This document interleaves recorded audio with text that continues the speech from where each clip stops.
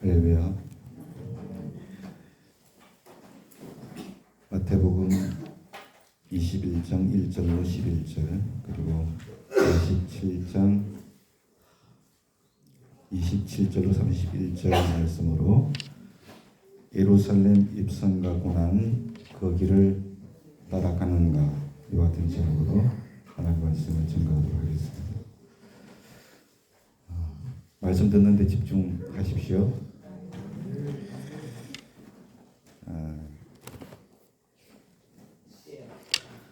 사랑하는 여러분, 예수님의 공생의 기간 가운데 가장 중요한 한 주간이 있었습니다.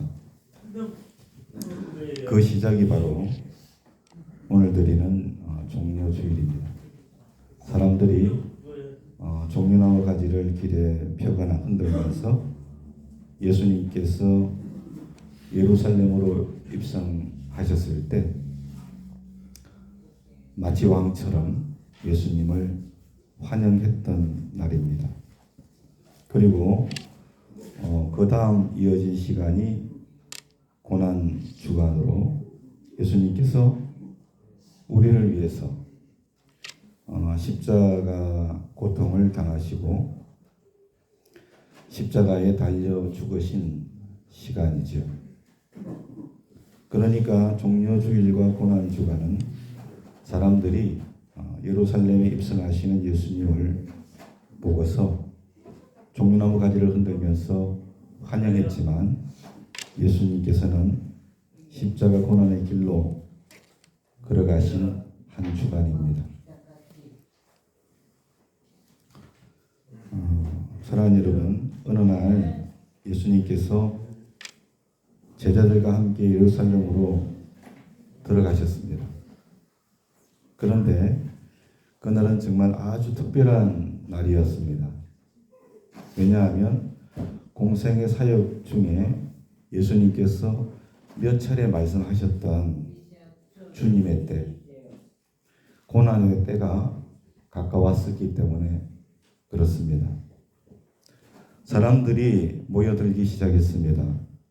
그리고 대부분은 자기들의 겉옷을 벗어서 길에 깔고 또 종려나무 가지를 길에 펴면서 외쳤습니다. 21장 오늘 본문 9절에 호산나 다윗의 자손이여 그렇게 외쳤습니다. 우리를 구원해 주십시오. 다윗의 자손 예수여 그렇게 외친 겁니다. 여러분, 우리를 구원해 주소서 그것은 찬양이기 이전에 외침이었습니다. 왜냐하면 예루살렘에 입성하시는 예수님을 보고 사람들은 예수님이야말로 우리를 로마에서 해방시켜 주실 분으로 왕으로 생각했기 때문입니다. 그리고 예수님이야말로 우리의 인생을 확 바꿔주실 분이다. 그렇게 생각했기 때문이었습니다. 그래서 그날 예수님은 사람들로부터 왕처럼 환영을 받으시면서 예루살렘으로 들어가셨어요. 그런데 여러분, 참 이상한 점이 있습니다. 왕으로 입성하셨다면 정말 그때 유대인들이 생각했던 정치적인 왕으로 입성하셨다면 예수님은 아마도 멋진 말을 타셨겠죠. 그리고 군대를 이끌고 들어가셔야 했었을 겁니다. 그런데 본문 21장 7절을 보면 예수님께서는 나귀를 타시고 들어가셨어요. 이것은 예수님께서 그 유대인들에게 나는 힘으로 다스리는 왕이 아니다. 나는 섬기러 온 왕이다. 그 사실을 밝히 전해준 아주 중요한 메시지였다고 생각합니다. 이에 대해서 스가랴 선지자는 스가랴 9장 9절에서 이렇게 예언하였죠. 보라, 내 왕이 내게 임하시나니 겸손하여 나귀를 타신다. 아멘. 여러분, 우리 예수님은 겸손의 왕이십니다. 힘으로 다스리는 왕이 아닙니다. 겸손의 왕으로 오셨습니다. 여기서 우리는 한 가지 질문을 하게 됩니다. 이 시대의 교회가 진정으로 예수님의 제자라면, 이 시대의 교회는, 이 시대의 목회자는, 이 시대의 직분자들은 정말 있어야 할 그 자리에서 진정으로 섬기는 자인가? 진정으로 겸손한 자인가? 하는 질문을 하게 되어야 할 줄로 믿습니다. 마태복음 23장 11절에 주님은 이렇게 말씀하셨습니다. 너희 중에 큰 자는 너희를 섬기는 자가 되어야 하리라. 여러분, 세상은 힘 있는 자를 큰 자라고 얘기합니다. 그러나 성경은 그렇게 가르치지 않습니다. 섬기는 자가 큰 자다. 이 세상 가운데서 하나님의 교회가 큰 자가 되어야 합니다. 목회자가 큰 자가 되어야 합니다. 직분자들이 큰 자가 되어야 할 줄로 믿습니다. 섬기는 자의 자리로 가야 합니다. 마가복음 10장 43절에서 45절에 예수님은 친히 말씀하셨습니다. 내가 온 것은 섬김을 받으려고 온 게 아니다. 도리어 섬기려고 오셨다고 그렇게 말씀하셨습니다.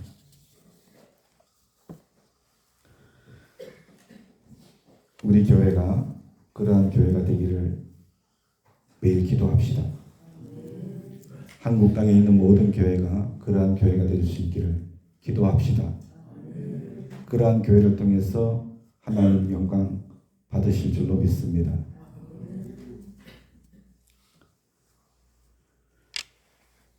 그런데 그렇게 사람들에게 환영을 받으시면서 예루살렘으로 들어가신 예수님께 며칠 뒤에는 완전히 다른 일이 벌어졌죠. 그 사람들이 돌연히 예수님을 십자가에 못 박으라고 얘기한 겁니다. 동일한 사람들인데 예수님 예루살렘으로 입성하실 때는 호산나 외쳤지만 이제는 십자가에 못 박으라고. 그리고 오늘 본문 27장 27절로 30절을 보면 군인들이 예수님을 붙잡고 조롱하지 않았습니까? 내가 왕이냐고. 그리고 가시로 만든 왕관을 머리에 씌우고 자색 옷을 입혀서 비웃었습니다. 손에 갈대를 쥐어주고 무릎을 꿇으면서 유대인의 왕이여 평안을 지어다. 그렇게 놀렸어요. 침을 뱉고 때리기까지 하였습니다. 여기서도 우리가 한 가지 질문을 하게 됩니다. 며칠 전까지 호산나를 외쳤던 그 사람들이 왜 이렇게 갑자기 돌변했는가? 그 이유는 예수님에 대한 그들의 기대가 깨어져 버렸기 때문에 그렇습니다. 그들은 예수님을 자기들의 문제를 해결해 줄 왕으로 생각했습니다. 그러한 왕으로 예수님을 원했습니다. 자기들을 위해서 고난 받으실 왕을 원하지 않았다라고 한 겁니다. 사랑하는 여러분, 어떤 예수님을 여러분 원하고 있습니까? 여러분의 문제를 해결해 줄 분으로 여러분이 예수님을 원하고 있습니까? 아니면 여러분을 위하여 고난을 받으신 그 예수님을 원하고 있습니까? 요한복음 6장 26절은 이렇게 기록합니다. 너희가 나를 찾는 것은 표적을 본 까닭이 아니요 떡을 먹고 배부른 까닭이로다. 여러분, 배고픔은 인생들의 가장 기본적인 욕구입니다. 당시의 사람들은 예수님을 찾은 이유가 먹고 배불러서 예수님을 찾았습니다.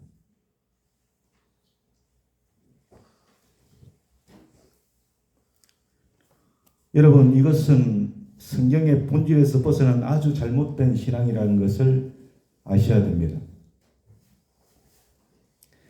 성경의 본질은 다른 말로 하면 복음의 본질입니다. 복음의 본질에서 벗어난 것은 굉장히 위험한 신앙입니다. 여러분, 예수님의 제자 중에 한 사람, 예수님을 따르던 제자 중에 한 사람, 가룟 유다가 바로 그런 사람이었습니다. 이 시대도 저도 참 이런 말씀을 드리면서도 두렵지만 가룟 유다와 같은 목회자들이 많습니다. 그 사람은 예수님과 가장 가까운 자리에서 기적도 보고 말씀도 들었던 사람이지 않습니까? 아마 종료주일 그날에도 다른 제자들과 함께 예수님의 예루살렘을 기뻐했을 겁니다. 오늘 본문을 보면 제자들은 나귀 안장에 자기들의 겉옷을 벗어서 예수님께서 앉으시도록 했다고 합니다. 아마 그 사람이 유다였을 수도 있지 않겠습니까? 그런데 그 사람은 결국 예수님을 은30에 팔았습니다. 왜 그랬습니까? 유다는 예수님을 자신의 기대를 채워주시는 분, 자기의 주머니에 돈을 채워주시는 분으로 봤기 때문에 그런 겁니다. 그렇지만 예수님은 구주로서 고난의 길을 가셨습니다. 그 순간 유다는 실망했고 결국은 예수님을 팔았습니다. 예수님께로부터 등을 돌렸습니다. 그런데 여러분, 그 결과가 뭐였습니까? 사망의 길로 가고 말았다라고 합니다. 그런데 여러분, 이 이야기는 2000년 전의 이야기 같지만 사실은 오늘 우리의 이야기이기도 하지 않습니까? 여러분, 이 시간 이 자리에 왜 나왔습니까? 우리도 때로는 이렇게 말하는 경우가 있지 않습니까? 하나님, 이 문제 해결해 주세요. 이 상황 좀 바꾸어 주세요. 이 고통 좀 없애 주세요. 그런데 여러분, 하나님께서 내 생각과 다른 길로 나를 인도하실 때 하나님에 대한 믿음이 식어지지 않습니까? 우리도 때로는 내 뜻대로 안 되면 하나님께로부터 마음이 돌아서는 그런 경우들이 있지 않습니까? 마치 하나님께서 나의 소원을 들어주시는 분으로, 그런 하나님으로, 그런 왕으로 내가 하나님을 믿고 있지는 않습니까?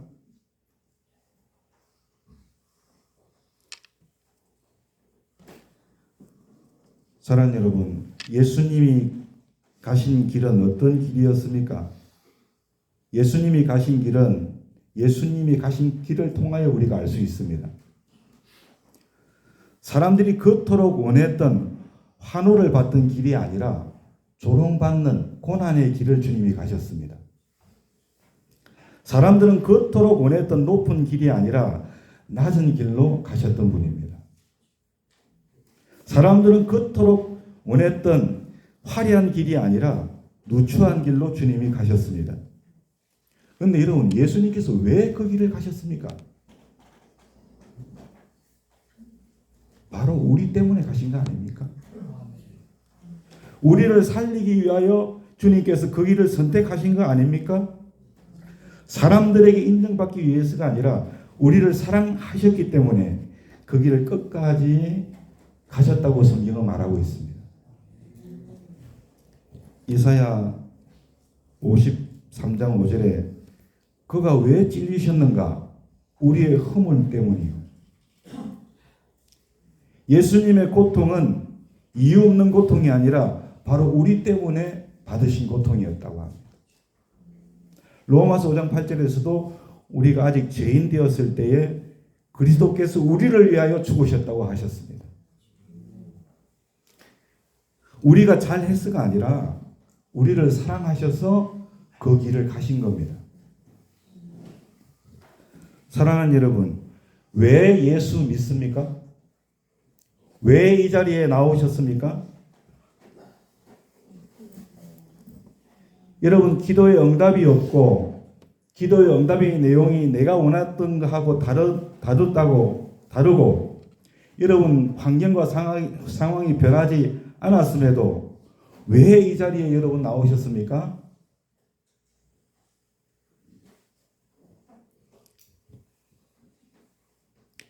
여러분, 내가 기도 응답받지 못하고 환경과 상황이 변하지 않아도 그러하지 아니할지라도 주님을 떠나지 않는 이유가 여러분 뭡니까?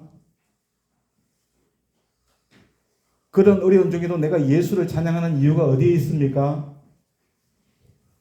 바로 예수 그분이 나의 구원자이시기 때문입니다. 그분이 나를 위하여 십자가에 고난받으시고 죽으셨기 때문입니다. 다른 이유가 없는 거예요. 다른 이유가 하나도 없는 거예요. 오직 예수 그분이 나의 구원자이시니까. 이것이 여러분 우리의 신앙의 본질입니다.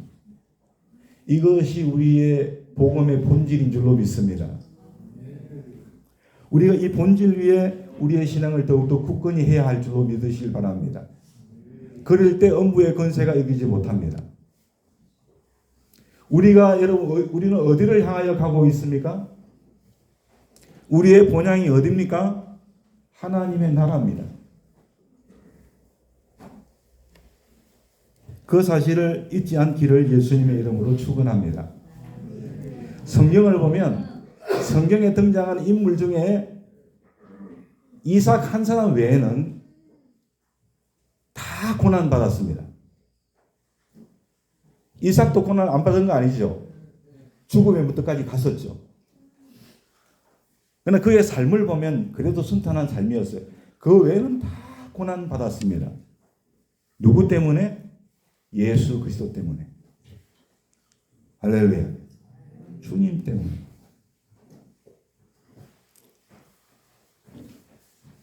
왜 그러한 고난 가운데서도 주님을 따랐습니까?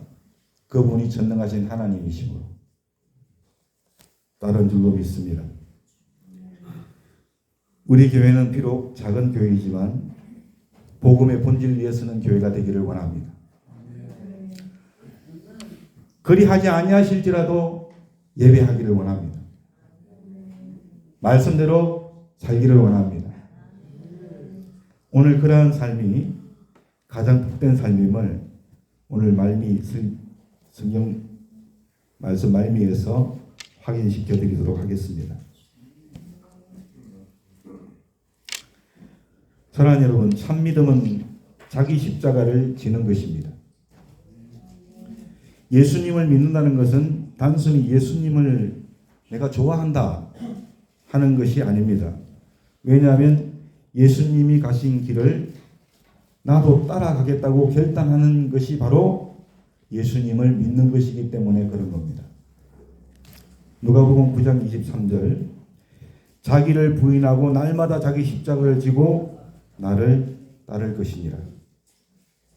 여러분, 한 번 더 말씀드리지만 내가 예수님 그냥 좋아서 따르는 것 그것이 믿음이 아닙니다. 내 십자가 지고 예수님 따르는 것 그것이 진정한 믿음인 것을 여러분 아셔야 됩니다. 내 삶에서도 십자가를 지는 것. 그러면 그 길은 여러분 어떤 길입니까? 나무로 십자가를 하나씩 만들어서 등에 지고 다녀야 됩니까? 그게 아닙니다. 그럼 뭐냐? 내가 손해보더라도 정직하게 사는 길입니다. 내가 인정을 받지 못해도 포기하지 않는 길입니다. 힘들어도 사랑을 선택하는 길입니다. 내 뜻이 아니라 하나님의 뜻을 따르는 길이 바로 예수 믿는 길입니다. 내 삶에 주어지는 십자가를 지는 길인 줄로 믿습니다. 저는 오늘 이 시간 감히 그리 하지 아니하실지라도 예배에 나오신 여러분들이 걸어온 그 삶이 바로 십자가를 지는 삶이었다고 믿습니다. 손해보더라도 정직하게 사셨지요. 인정받지 못해도 포기하지 않으셨잖아요. 힘들어도 사랑하셨지요. 내 뜻보다 하나님의 뜻을 따른 줄로 믿습니다. 그 길이 여러분 얼마나 힘든 길이었습니까? 그 길이 얼마나 고난의 길이었습니까? 결코 쉽지 않습니다. 그래서 많은 사람들이 호산나까지는 외칩니다. 그렇지만 십자가까지는 따라가지 못하는 이유가 여기 있는 겁니다. 왜 한국 교회가 십자가를 제대로 지지 못합니까? 왜 정직하지 못합니까? 왜 포기합니까? 왜 사랑하지 못합니까? 왜 하나님의 뜻을 따르지 못합니까? 결코 쉽지 않은 길이기 때문인 줄로 압니다. 여러분, 혹시 우리도 이런 모습은 있지 않습니까? 말씀을 준비하면서 저도 스스로 자신을 돌아보니까 부끄러운 게 많아요. 많습니다. 그러나 다시금 새 힘을 얻은 것은 여러분 다시 시작할 수 있습니다. 여러분 잘 아는 베드로는 예수님을 누구보다 사랑했던 사람 아닙니까? 그런 제자 아닙니까? 예수 위해서는 죽음도 불사하겠다고 했습니다. 하지만 예수님께서 붙잡히셨을 때 무서워서 예수님을 3번이나 부인했잖아요. 나는 그 사람 모른다. 완전히 무너졌지 않습니까? 그런데 이야기는 거기서 끝나지 않습니다. 부활하신 예수님께서 그를 다시 찾아오셨어요. 이 시간 저에게 찾아오시고 여러분에게 찾아오신 줄로 믿습니다. 그리고 다시 기회를 주셨습니다. 베드로는 그 후로는 십자가의 길을 끝까지 따라간 사람이 되었습니다. 여러분, 넘어질 수 있습니다. 하지만 다시 일어나 따라가는 것이 진짜 믿음이라는 것을 아셔야 됩니다. 예수님께서는 오늘도 우리에게 조용히 말씀하십니다. 나를 따라오라. 그러나 그 길은 결코 쉽지 않다는 것을 아셔야 됩니다. 그러나 가장 가치 있는 길인 줄로 믿습니다. 왜냐하면 바로 그 끝에 생명이 있기 때문에 그런 겁니다. 여러분 그리하지 아니하실지라도 우리가 예수를 끝까지 따르는 이유, 예배하고 말씀대로 살아가려고 애를 쓰는 이유가 뭡니까? 끝에는 생명이 있기 때문에 그렇습니다.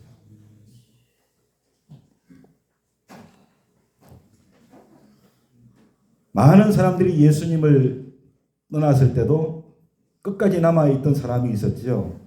그 중에 한 사람이 막달라 마리아였어요.